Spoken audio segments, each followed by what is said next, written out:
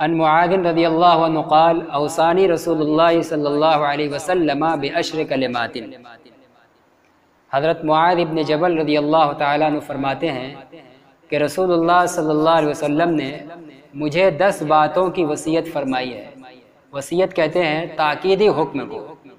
مرنے کے وقت مرنے والا اپنے ورثہ کو کوئی وصیت کرتا ہے تو اس کے وارثین اس کا بڑا پاس و لحاظ رکھتے ہیں کہ مرنے والے نے مرتے وقت یہ وصیت کیا ہے، پہلے پہل اگر وہ لائق ہے، اس کا فرما بردار ہے تو پوری کرنے کی کوشش کرتا ہے۔ تو اللہ کے نبی جب کسی تاکیدی حکم دینا چاہتے تھے صحابہ کو تو اس کو وصیت کے لفظ سے بیان کرتے تھے، کیونکہ وصیت کی ایک اہمیت ہوتی ہے لوگوں کے دل میں، اور فرما بردار لوگ اپنے مرنے والے کی وصیت کو پورا کرنے کی مکمل کوشش بھی کرتے ہیں، گویا کہ انتہائی تاکیدی حکم اس کو سمجھتے ہیں۔ تو یہاں یہی مطلب ہے کہ رسول اللہ صلی اللہ علیہ وسلم نے مجھے 10 باتوں کی وصیت فرمائی، یعنی بڑا تاکیدی حکم دیا کہ ان 10 باتوں کا خاص لحاظ کرنا، اس میں کچھ کام کرنے کے ہیں، کچھ کام نہ کرنے کے ہیں۔ قال کیا ہے پہلی چیز؟ آپ نے فرمایا لا تشرک باللہ شیئا، اللہ کے ساتھ کسی کو شریک نہ ٹھہرانا، اللہ کو یکتا ماننا، واحد ماننا، یعنی توحید کے قائل رہنا۔ اللہ اپنی ذات میں، اپنی صفات میں، اپنی قدرت، علم، ہر چیز میں اکیلا ہے، بے نیاز ہے، کسی چیز میں، اس کی کسی بھی صفت میں، اس کے کسی بھی کام میں کوئی اس کا معاون، مددگار اور کوئی شریک نہیں۔ اللہ کے ساتھ کسی کو شریک نہ ٹھہرانا۔ وَإِن قُتِلْتَ وَحُرِّقْتَ، اگرچہ تم کو قتل کر دیا جائے اور جلا دیا جائے، اگر اللہ کے ساتھ شرک نہ کرنے پر مشرک لوگ سزا دینے پہ آ جائیں کہ شرک نہیں کرو گے تو تم کو قتل کر دیں گے، تم کو جلا دیں گے، تو قتل کیا جانا اور آگ میں کدا کر جلا دیا جانا گوارا کر لینا، لیکن اللہ کے ساتھ کسی کو شریک نہ ٹھہرانا۔ یہ انتہائی عظیمت والا حکم ہے۔ عظیمت تو یہی ہے کہ آدمی جان جا رہی ہے جانے دے دے، آگ میں ڈالا جا رہا ہے قبول کر لے، لیکن کفر اور شرکیہ کلمات منہ سے نہ بکے۔ عظیمت اور اصل حکم یہی ہے۔ لیکن اگر کمزور ایمان والا ہے، جیسے ہم جیسے لوگ ہیں آج کے لوگ، تو رخصت یہ ہے کہ وقتی جان بچانے کے لیے دل پر توحید پر یقین کے ساتھ زبان سے کلمات کہہ دے تاکہ وقتی دشمنوں سے چھٹکارا مل جائے، جان بچ جائے۔ اگر ایسا کوئی موڑ آ جائے کہ جان بالکل تلوار یا ریوالور اور گولی بالکل سر کے اوپر ہے، فلاں شرکیہ کلمات بولو ورنہ ابھی قتل کر دیں گے یا ابھی آگ لگا دیں گے، تو کمزور ایمان والے کو یہ رخصت ہے۔ اصل استقامت اور عظیمت تو یہی ہے کہ جان جانا گوارا کر لے لیکن منہ سے بھی نہ بولے، لیکن اگر کوئی دل پر ایمان اور توحید پر اس کو پورا یقین ہے لیکن صرف جان بچانے کے لیے وہ زبان سے کہہ دیتا ہے تو اس میں کوئی حرج نہیں ہے، جبکہ دل پر پورا اطمینان ہو۔ اور اگر دل کے متاثر ہونے کا خطرہ ہے تب تو وہی ہے کہ جان دینا گوارا کر لے لیکن شرکیہ کلمات زبان سے نہ بولے۔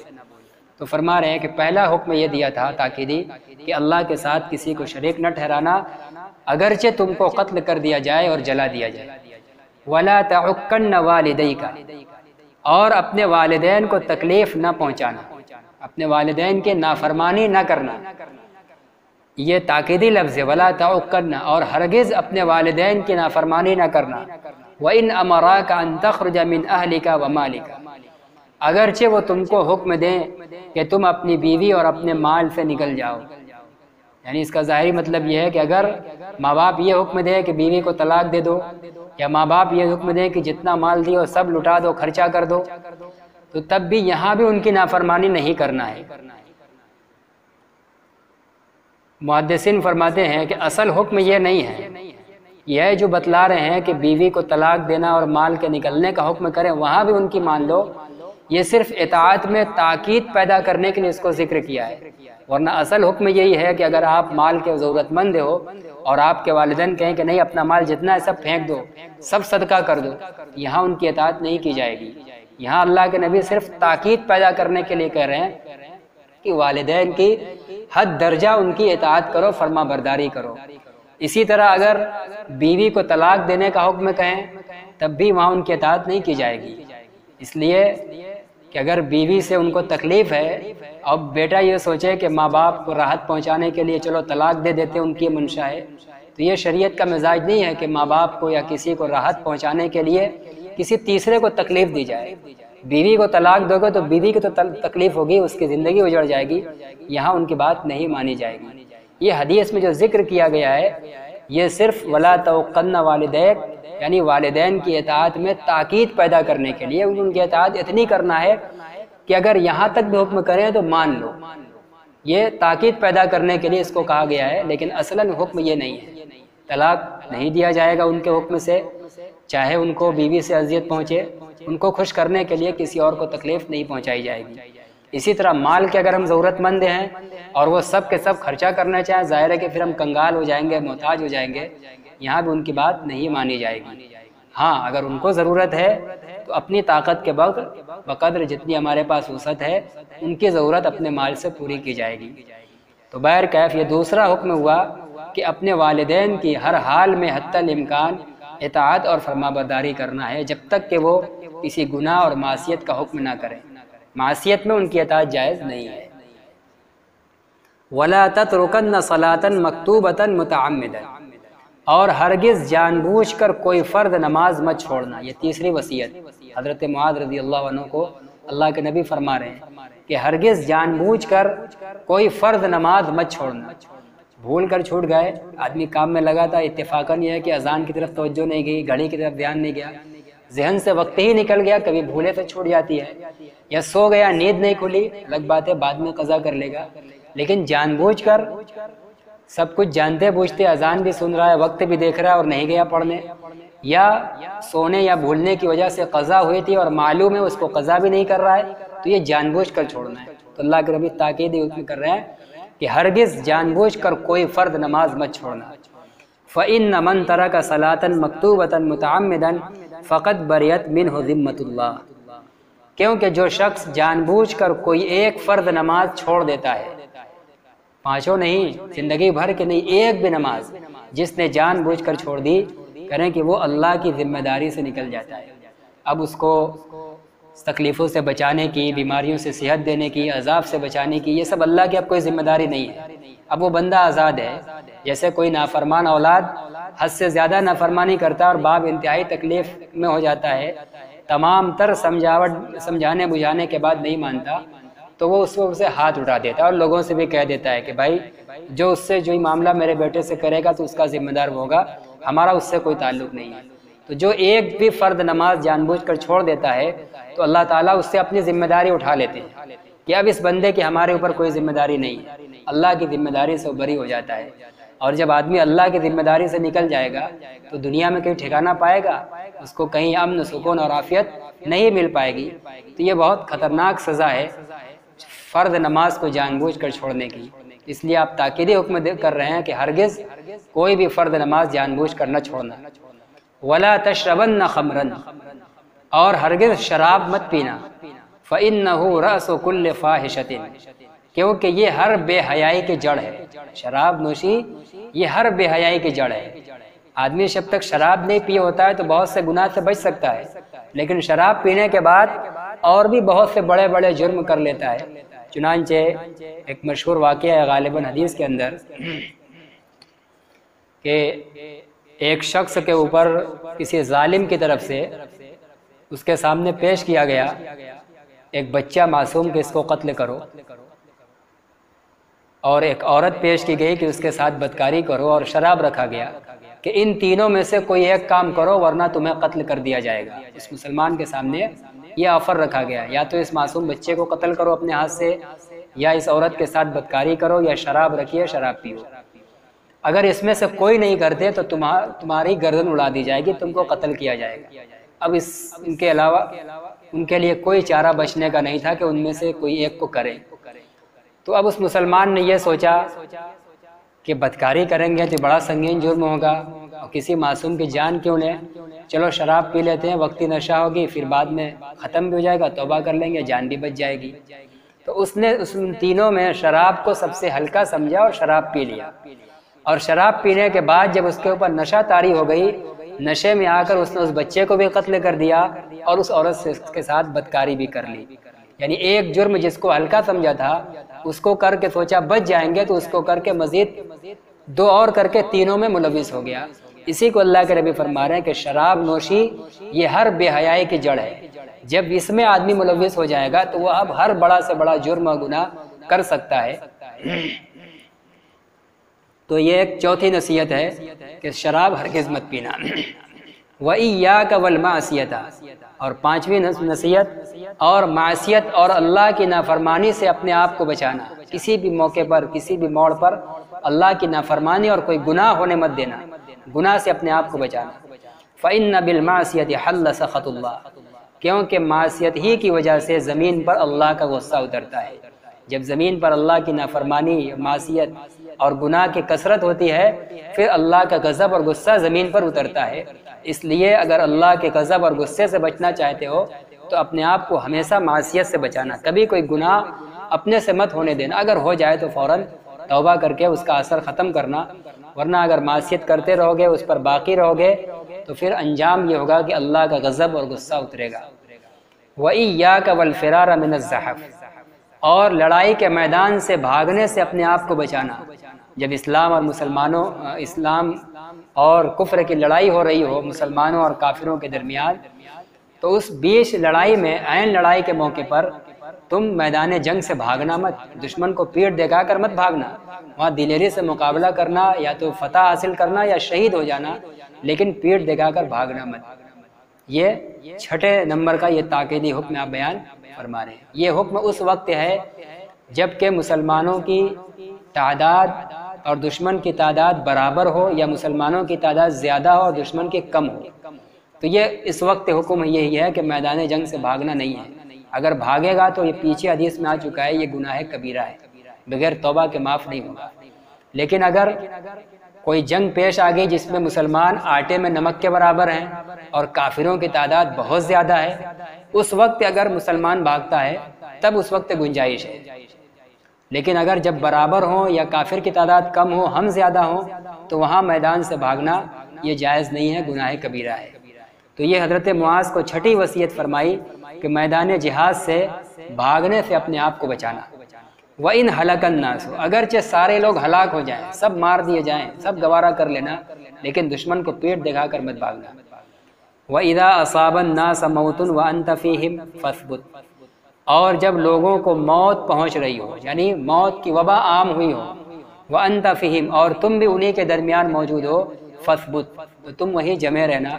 جیسے آج کے ماحول میں مثلاً کوئی بیماری اور وبا پھیل جائے جس کی وجہ سے لوگ کثرت سے مر رہے ہوں، اب بنارس میں پھیل گئی تو ہم چھوڑ کے بھاگیں کہ یہاں وبا ہے، لوگ تیزی سے مر رہے ہیں، کہیں ہم کو بھی نہ لگ جائے، چلو ہم بنارس چھوڑ کے بھاگ جائیں، تو یہ منع ہے حدیث کے اندر۔ اللہ کے نبی کرے کہ نہیں، جہاں تم ہو وہیں رہنا۔ اس صورت میں اللہ کی تقدیر سے بھاگنا لازم آئے گا۔ اگر تقدیر میں وبا تمہارے اوپر لگنا اور تم کو موت آنا ہے تو موت آ کر رہے گی۔ اب بھاگنے کا مطلب یہ ہے کہ تم تقدیر سے بھاگ رہے ہو۔ تو اس حدیث کے اندر صرف ایک پہلو ذکر کیا گیا ہے کہ اگر کوئی وبائی بیماری پھیل گئی ہو اور لوگ اس میں کثرت سے مر رہے ہیں اور تم بھی اسی علاقے میں موجود ہو تو وہاں سے بھاگنا مت، تم بھی وہیں ڈٹے رہنا، ورنہ یہ تقدیر سے بھاگنا لازم آئے گا جو گناہ ہوگا۔ اسی طرح دوسری حدیث میں یہ ہے کہ اگر کہیں وبا پھیلی ہے اور تم کہیں اور ہو، ہم بنارس کے باہر ہیں اور ہم کو پتہ چلا کہ مثلاً بنارس کے اندر وبا پھیلی اور تیزی سے لوگ مر رہے ہیں، ہم یہاں چلے ہیں کہ چلے ہم بھی بنارس چلتے ہیں، تو باہر والوں کو یہاں آنا بھی منع ہے۔ اس وقت اللہ کی طرف سے جو وبا آئی ہے اس سے مقابلہ کرنا لازم آ رہا ہے کہ تم اتنے بہادر بن رہے ہو کہ اللہ کی بھیجی بیماری سے مقابلہ کرنے آئے ہو۔ تو اگر ہم بیماری کی جگہ پر ہو گئے تو بھاگنا بھی نہیں ہے، اور کہیں معلوم ہو گیا تو وہاں جا کر دیکھنے بھی نہیں جانا ہے کہ چلے ہم بھی وہاں کا مشاہدہ کریں، دیکھتے ہیں کیسے لوگ مر رہے ہیں۔ تو گویا یہ ڈھٹائی، اللہ کے فیصلے کے آگے ڈھٹائی دکھلانا ہے، یہ دونوں چیز منع ہے۔ حضرت معاذ رضی اللہ تعالیٰ عنہ کو اللہ کے نبی نے تاکیدی حکم دیا، اور دوسرے موقع پر عام حکم بھی دیا ہے۔ ایک عام حکم ہے کہ جب کہیں کوئی وبا پھیل جائے تو وہاں کے لوگ وہاں سے بھاگے نہ، اور دوسری جگہ کے لوگ وبا کی جگہ پر نہ آئیں۔ اور اسی ضمن میں محدثین نے یہ بھی لکھا ہے کہ بلا ضرورت لوگ ایک دوسرے سے ملنے جلنے بھی نہیں، جو آج جو لوگ کہا جا رہا ہے کہ دوری بنائے رکھو، یہ سب ہمارے دین کی تعلیم سے ملتی ہوئی چیز ہے۔ یہ الگ بات ہے کہ آج کے جو لوگ ہیں وہ اسلام والے نہیں ہیں، وہ کافر لوگ ہیں، تو ان کے تعلیم کے اندر غلو ہے، لیکن اعتدال کے ساتھ یہ چیزیں ہمارے یہاں بھی ہیں۔ ہمارا یہ عقیدہ ہے کہ بیماری کسی کے سٹنے اور لگنے سے پھیلتی نہیں ہے، ہر آدمی کی بیماری اپنی مستقل ہوتی ہے۔ اگر ان کو کوئی بیماری ہے اور ہم ان کے ساتھ بیٹھ گئے سٹ کر اور اتفاق سے وہ ہم کو بھی لگ گئی، تو ہمارا یہ عقیدہ نہیں ہے کہ ان کی بیماری ہم کو لگ گئی ہے، نہیں، اللہ تعالیٰ ایک کی بیماری دوسرے کو نہیں لگاتے، ہر آدمی کی بیماری اپنی مستقل بیماری ہوتی ہے۔ ان کی الگ بیماری اللہ کے فیصلے سے آئی، ہماری الگ بیماری اللہ کے فیصلے سے آئی۔ ہاں یہ الگ بات ہے کہ ہمارے ایمان کے بچانے کے لیے کہ کہیں ہمارے دل میں یہ وسوسہ نہ ہو کہ ہاں انہی کے یہ بیماری تھی، ان کے ساتھ بیٹھ گئے تو ہم کو بھی لگ گئی، تو ہمارے کو اس وسوسے سے بچانے کے لیے، ہمارے ایمان کو مشکوک ہونے سے بچانے کے لیے ہمیں یہ تنبیہ کی گئی ہے کہ جب کوئی ایسی وبا ہو، بیماری ہو جس کے بارے میں یہ تصور ہوتا ہو کہ یہ ایک دوسرے سے پھیلتی ہے، تو وہاں دوری بنا کر چلو تاکہ تمہارا ایمان گڑبڑ نہ ہو۔ ایمان کی حفاظت کے لیے یہ ہمیں تدبیر دی گئی ہے۔ ہمارا یہ عقیدہ نہیں ہے کہ سوشل ڈسٹینسنگ ہم اس لیے کر رہے ہیں کہ ایک کی بیماری دوسرے کو لگتی ہے، ہم اپنے ایمان کی حفاظت کے لیے کر رہے ہیں کہ کہیں اگر اتفاق سے لگ جائے، بیماری آ جائے ہم کو بھی، تو ہمارے دل میں شیطان یہ وسوسہ نہ ڈالے کہ دیکھو فلاں بیمار کے ساتھ تم سٹے تھے اس لیے تم کو لگ گئی۔ تو یہ جو ہم سوشل ڈسٹینسنگ کر رہے ہیں، ہمارے علماء بھی جو حکومت کی گائیڈ لائن کی تائید کر رہے ہیں، یہ صرف ظاہری اسباب پر نہیں ہے، یہ ایمان کی حفاظت پر مبنی تدبیر ہے۔ اور اللہ تعالیٰ نے ہم کو دنیا کے اندر تدبیر اختیار کرنے کا پابند ہے۔ علماء نے لکھا ہے کہ بندے، اللہ تعالیٰ کو یہ حق ہے کہ وہ بندے کو آزماتا ہے۔ اللہ تعالیٰ کبھی ہمیں نعمت دے کر، کبھی مصیبت دے کر ہمیں آزماتا ہے۔ بندے کو یہ حق نہیں کہ وہ اللہ کو آزمائے۔ مثلا اللہ تعالیٰ نے دنیا میں تقدیر سب لکھ رکھی ہے، لیکن دنیا میں ہمیں دارالاسباب میں تدبیر بھی اختیار کرنے کا حکم دیا ہے۔ اللہ تعالیٰ قادر ہے کہ بغیر کچھ کیے ہم کو پکا پکایا کھانا دے سکتا ہے، اور بغیر ہمیں ہاتھ لگائے منہ تک لے جائے، بغیر ہمیں اٹھائے اللہ تعالیٰ ہمارے پیٹ میں اس کو پہنچا سکتا ہے، قادر ہے۔ لیکن بندے کو حق یہ نہیں کہ اللہ کی قدرت کو آزمائے اور لے کر بیٹھ جائے کہ اللہ تعالیٰ تو قادر ہے، ہم ہاتھ نہیں لگائیں گے، اللہ تعالیٰ قادر ہے، وہ خود ہم کو پیٹ میں ہمارے پہنچا دے گا، ہماری بھوک مٹ جائے گی۔ یہ بندے کو حق نہیں ہے۔ بندہ تدبیر کا پابند ہے۔ ہم اس کھانے کو جمع کرنے کے لیے بھاگ دوڑ کریں گے، کاروبار کریں گے، پھر چیزوں کو لا کے اس کو پکائیں گے، پھر پلیٹ میں لگا کر ہاتھ اور منہ اپنا لگائیں گے، یہ سب تدبیر ہے۔ اور پھر اس کے بعد بھوک مٹی نہیں مٹی یہ اللہ کا فیصلہ ہے۔ تو اللہ کو یہ حق ہے کہ ہم کو آزمائے، بندے کو حق نہیں کہ ہم اللہ کو آزمائے، اللہ کی قدرت کا امتحان لیں اور بیٹھ جائیں بغیر سبب کے اور اللہ کو آزمانے لگیں کہ دیکھیں اللہ کرتا ہے۔ نہیں، بلا شبہ اللہ قادر ہے، لیکن اللہ تعالیٰ دنیا کے اندر اپنا سب کچھ سبب پر اپنا نظام قائم کیے ہوئے، اگرچہ وہ سبب کا وہ پابند نہیں ہے۔ چنانچہ ایک موقع پر ایک صحابی نے توکل کا معنی پوچھا تو آپ نے فرمایا کہ پہلے اونٹ کو، اپنے اونٹ کی رسی کو کھنٹے میں باندھو، پھر اللہ پر بھروسہ کرو کہ وہ بھاگے گا نہیں۔ یہ نہیں کہ اونٹ کو ایسے ہی چھوڑ دیا، انہوں نے ویسے ہی چھوڑ دیا تھا اور توکل کی بات کر رہے تھے، کہا یہ توکل نہیں ہے۔ اونٹ کو پہلے اس کی رسی کھنٹے میں باندھو اور پھر اللہ پر بھروسہ کرو کہ یہ نہیں بھاگے گا۔ اللہ کو آزماؤ مت، ایسے ہی کھلا چھوڑ دیا اور پھر ہاں اللہ تعالیٰ دیکھ رہا ہے، بھاگے گا نہیں، یہ اسباب کے خلاف ہے۔ تو ہم دنیا میں تدبیر اور اسباب کے اختیار کرنے کے مکلف ہیں۔ باقی ہمارا عقیدہ یہ ہے کہ ان اسباب اور تدبیر سے ہوگا کچھ نہیں، ہوگا وہ جو تقدیر میں ہوگا، اور تقدیر کا دیکھنے کے لیے ہم اسباب اور تدبیر چھوڑ کے اللہ کو آزمائیں، یہ ہمارے لیے جائز نہیں ہے۔ اللہ مالک ہے، وہ ہم کو آزما سکتا ہے، ہم اس کو آزما نہیں سکتے۔ تو یہ 7ویں وصیت فرمائی کہ جب کہیں وبائی مرض پھیلا اور لوگ مر رہے ہوں، تم وہاں موجود ہو تو وہیں رہنا، اپنی جگہ پر رہو، وہاں سے بھاگو مت، اور اسی طرح کہیں اور ہو تو وہاں آؤ مت، دوری بنائے رکھو، احتیاط سے رہو۔ وَأَنفِقْ عَلَىٰ عِيَالِكَ مِن طَوْلِكَ، 8ویں وصیت یہ فرمائی کہ اپنے اہل و عیال پر اپنی آمدنی میں سے خرچ کرو۔ تو طول آمدنی، آدمی کی جو آمدنی ہے، جو خرچ ہے، اپنے اہل و عیال پر اس میں سے خرچ کرو، اپنی وسعت کے بقدر خرچ میں بخل نہ کرو۔ اہل و عیال پر خرچ کرنا یہ بھی صدقے کا ثواب رکھتا ہے۔ تو جو بھی آدمی کی وسعت میں ہے، اپنے مال میں سے اپنے اہل و عیال پر اس کو خرچ کرنا چاہیے۔ وَلَا تَرْفَعْ عَنْهُمْ عَصَاكَ أَدَبًا، اور ان سے اپنی لاٹھی کو اٹھا کر مت رکھو ادب دینے کے لیے، یعنی ان کے اوپر، اپنے اہل و عیال اور بچوں کے اوپر لاٹھی رکھے رہو تاکہ ان کو کبھی تنبیہ دے سکو۔ لاٹھی رکھنے کا مطلب یہ نہیں کہ حقیقتاً لاٹھی رکھے ہی رہو اور اس کو مارو اور پٹائی کرو، مثلاً ہر وقت تمہارے اوپر، اس اپنے اہل و عیال کے اوپر اپنی تنبیہ کا ہاتھ رکھے رہو، ہر وقت ان کو ادب سکھلاتے رہو، ٹوکتے رہو، کسی وقت بھی اپنے اہل و عیال سے غافل مت رہو۔ اگر اس ادب دینے کے لیے کبھی مارنے کی ضرورت پڑے تو ہلکی پھلکی مار بھی مارو، اللہ کے نبی یہ فرما رہے ہیں۔ ادب دینے کے لیے اگر مارنے کے لیے لاٹھی کی بھی ضرورت پڑ جائے، ہاتھ سے کام نہیں چل رہا ہے تو لاٹھی سے بھی اتنا نہیں مارنا ہے کہ وہ ہلاک ہو جائے، معمولی سی مار کے اس کو تنبیہ ہو جائے، ڈر پیدا ہو جائے۔ تو تو ادب دینے کے لیے اپنے اہل و عیال سے یہ تنبیہ والی چیز ہمیشہ ان کے اوپر رکھے رہو، تنبیہ کا ہاتھ اور نگرانی کبھی ان سے مت ہٹاؤ۔ تو اس سے اہل و عیال اور اپنی اولاد کی تربیت کی طرف اشارہ ہو رہا ہے کہ ہر وقت ان کو تربیت اور تنبیہ اور ادب سکھلانے کی ضرورت ہے۔ افسوس یہ ہے کہ یہ چیز بھی آج مفقود ہے، اور بچوں کو تربیت، ان کو تعلیم دینا، ادب سکھلانا، کھانے کا سلیقہ، لوگوں سے ملنے کا سلیقہ، بات کا سلیقہ، جو مختلف ایک انسانیت کے بھی آداب ہوتے ہیں اور جو اسلامی اخلاق و آداب ہیں، یہ سکھلانے کا رواج ختم ہو گیا ہے۔ اور تنبیہ وغیرہ بھی ختم ہے۔ تنبیہ اگر ہے تو ہمارے معاشرے کے اندر صرف دنیا کے کاموں کے لیے، اگر وہ آپ کی مرضی کے مطابق کام نہیں کر رہا ہے، اگر وہ کاروبار میں سستی کر رہا ہے تو اس کے لیے ڈانٹ ڈپٹ ہے، لیکن دین کے لیے، اخلاق کے لیے، اس کو بہترین باادب بچہ بنانے کے لیے بار بار اس کو ادب سکھلانا، تنبیہ کرنا، یہ عادت ختم ہو چکی ہے۔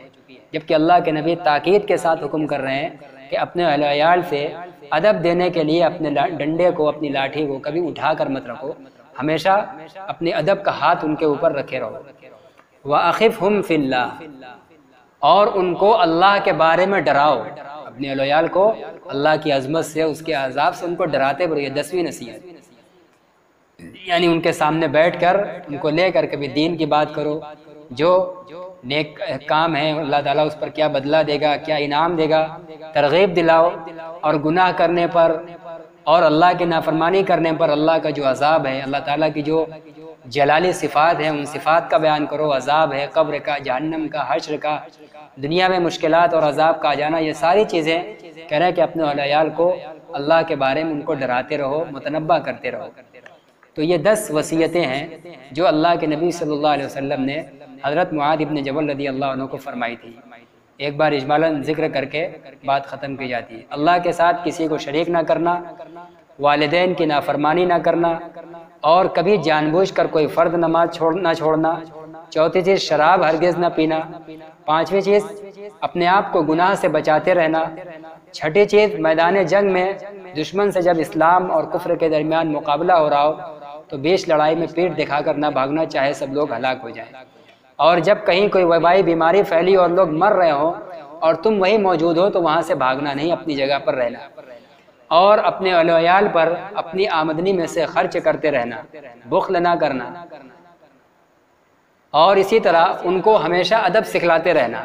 ادب دینے کے لیے اگر ڈنڈا رکھنے کی ضرورت پڑے تو اس کو رکھے رہنا، اٹھا کر نہ رکھنا، ہٹا کر نہ رکھنا۔ اور اسی طرح 10ویں چیز اپنے اہل و عیال کو اللہ کے احکام کے بارے میں ڈراتے رہنا۔